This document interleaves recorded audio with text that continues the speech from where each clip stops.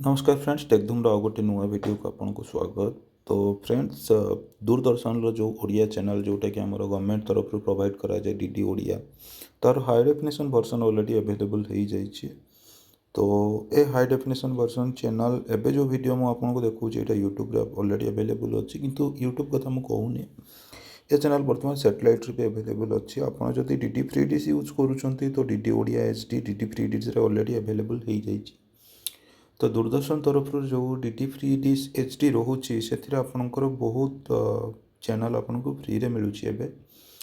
तो किछि वर्ष तलू डीडी फ्री डिश रे आपणकर हाई डेफिनेशन चैनल भी सब अवेलेबल होगा स्टार्ट हो जाइथिला किंतु एक्सपेक्टेड नथिला कि ओडिया रे भी को एचडी चैनल आपणकर डीडी फ्री डिश रे अवेलेबल होबो।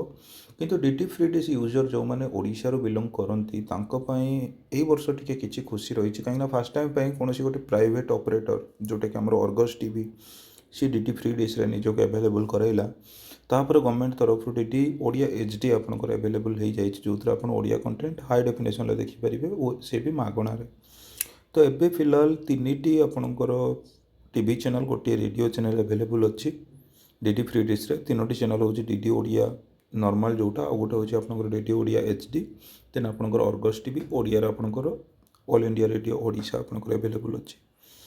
तो डीडी फ्री डिश रे चैनल आप फ्री रे देखिपारे किंतु अदर ऑपरेटर जो मैंने प्राइवेट रोचन जमी आपंकर डिश टीवी एयरटेल या टाटा स्काई वगैरह हो गला से एपर्यंत किसी गवर्नमेंट तरफ मैंडेटरी कराए चैनल को बट बहुत जल्दी आपको मैंडेटरी कर दिज्व कले आपंकर सब डीटीएच ऑपरेटर भी चैनल आपको फ्री रे देखा मिल।